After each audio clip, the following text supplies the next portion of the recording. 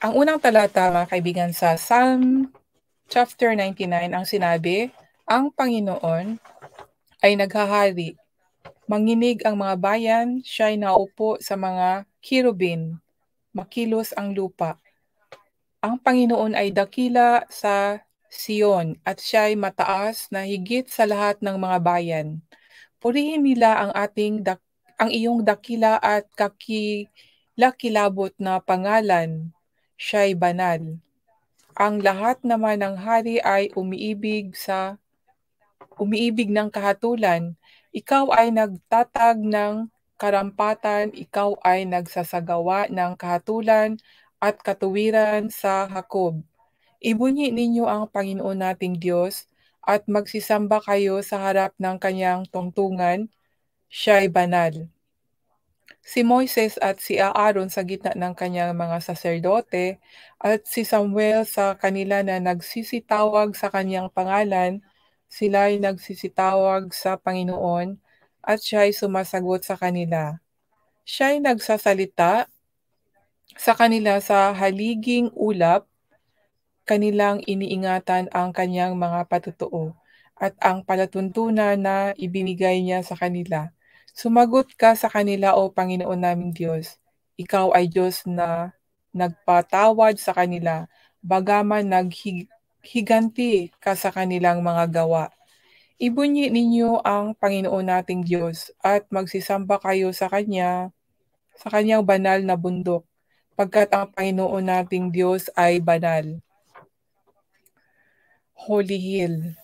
So, ang Panginoon hindi natin siya ka-level, ano? Nasa taas talaga siya, no? Kaya kapag magsamba tayo, doon talaga tayo sa taas itingin.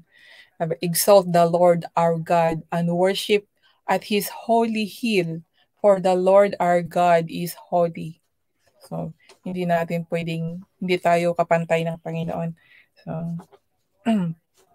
ang i-share ko, mga kaibigan, itong talata na ito, mga kaibigan, ay pabalik-balik na lang siya actually. At may naalala ako, mga kaibigan, nung binasa ko itong sa verse 6, sabi ito, Moses and Aaron among his priests and Samuel among them that call upon his name, they called upon the Lord and he answered them.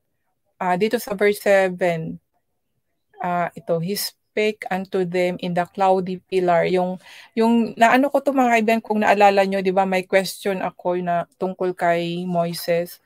At yun nga, di ba, nagsasalita ang Panginoon sa through mga ulap, no, sa clouds. Nung unang panahon, ang Panginoon nakipag-usap sa kanila sa pamagitan ng ulap. Kasi sabi ito siya nagsalita sa kanila sa haliging ulap, no? Hindi nakita yung mukha niya, ngunit yung tinig at saka yung ulap, no, yung ulap ang nakikita nila. Nandoon yung tinig. Kaya ang ulap ay symbol of the Holy Spirit po yan siya, mga kaibigan. At aking i-share ang aking i-share, mga kaibigan, ay tungkol sa worship po, sa worship, para malaman natin how to worship God, no? So, unang babasahin ko itong sa Psalm chapter 95 verse 6, sabi dito, O come, let us worship and bow down, let us kneel before the Lord our Maker. No, bow down, luluhod kasi bow down, let us kneel. So may mga klaseng pag-worship, no? Siyempre, kanta, tapos yung mga position, mga kaibigan, how we act as a worshiper of God. Merong klaseng position na luluhod ka, merong position na patirapa, tapos merong opo, tatayo, no? Yung mga ganong paano ka mag-worship sa Panginoon. Thank you po, Rosemary Hosganda. At dito sa John 4:24, sinabi na God is a spirit and they that worship must worship Him in a spirit and in truth. So God, we cannot see God because He is spirit. So dapat kung mag-worship tayo sa Panginoon, i-worship natin siya as our spirit, not yung flesh, 'di ba? Yung solim ang pag-worship natin, yung from the heart. Kasi God is looking in our heart. And then sa third third books ang i-share ko ngayon, third Colossians. Sa Colossians chapter 3 verse 15, sinabi dito, "And let the peace of God rule in your hearts." Mga kaibigan, so speaking of hearts, "And let the peace of God rule in your heart." Dito po sa Colossians chapter 3 verse 15 po ito, mga kaibigan. "And let the peace of God rule in your hearts, to the which also ye are called in our body, and be ye thankful." 16, let the word of Christ dwell in you richly in all wisdom, teaching and admonishing. Let the word, yung word, mga kaibigan, word of God, na sinabi dito na, let the word of Christ dwell in us, in you richly. So dapat magdwell ang word ng Panginoon na kagaya na naririnig natin kahit saang dako or magbabasa tayo sa salita ng Diyos na dapat mag-dwell. Ano yun? Mag-dwell. Yung dapat malaman natin, alam natin ang ibig sabihin, anong kahulugan, tapos sinusunod natin. Yun yun. Mag-dwell sa atin, tatahan sa ating sarili. So,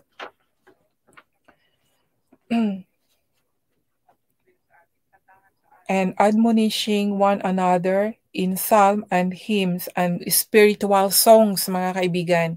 So sabi dito, no, admonishing one another in psalm and hymns and spiritual songs, mga kaibigan. So kung magkakanta din tayo, it's about talaga for God, spiritual song, mga kaibigan. So kahit pala tayo lang mag-isa, no, halimbawa nag-pray tayo, dapat din pala mag-alay tayo ng kanta sa Panginoon. Kasi dito sila, actually hindi lang naman siya isa, group ito mamaya mababasa natin, ha. Doing with grace in your hearts to the Lord. Ulitin ko, mga kaibigan. Let the word of Christ dwell in you richly in all wisdom, teaching and admonishing one another in psalm and hymns and spiritual songs. Doing with grace, mga kaibigan, with grace in your hearts to the Lord. So, kailangan pala talaga doing with grace from our heart with the Lord, to the Lord, no?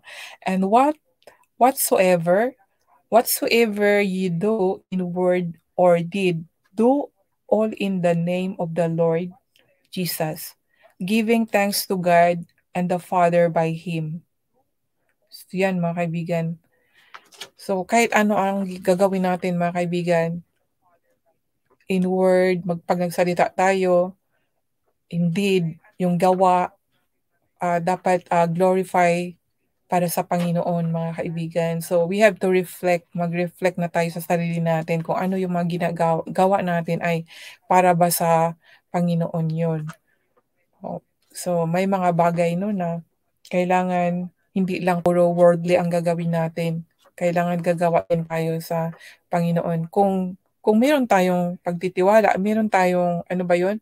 Kung ano kung may Diyos ka, yung parang gano'n, may Panginoon ka sa buhay mo, o kung wala kang Diyos, so nasa sa'yo 'yun. Pero kung nagtitiwala ka, kung naniniwala ka na may Diyos, kasi kahit even sa sarili ko, mga kaibigan, no, I am so battle talaga, spiritual battle sa sarili ko. Pero kaya ano ba 'yun, yung kailangan talaga magbasa ng Biblia kasi 'yun din ang nagpapalakas. Siguro dahil hindi na ako nagbasa ng Biblia, I have a battle inside in me, at sa pag-iisip, sa nararamdaman, no. Tayo lang din pala ang nagba-battle 'yan, yung kaaway natin, yung yun nga, ang kaaway ang Panginoon sa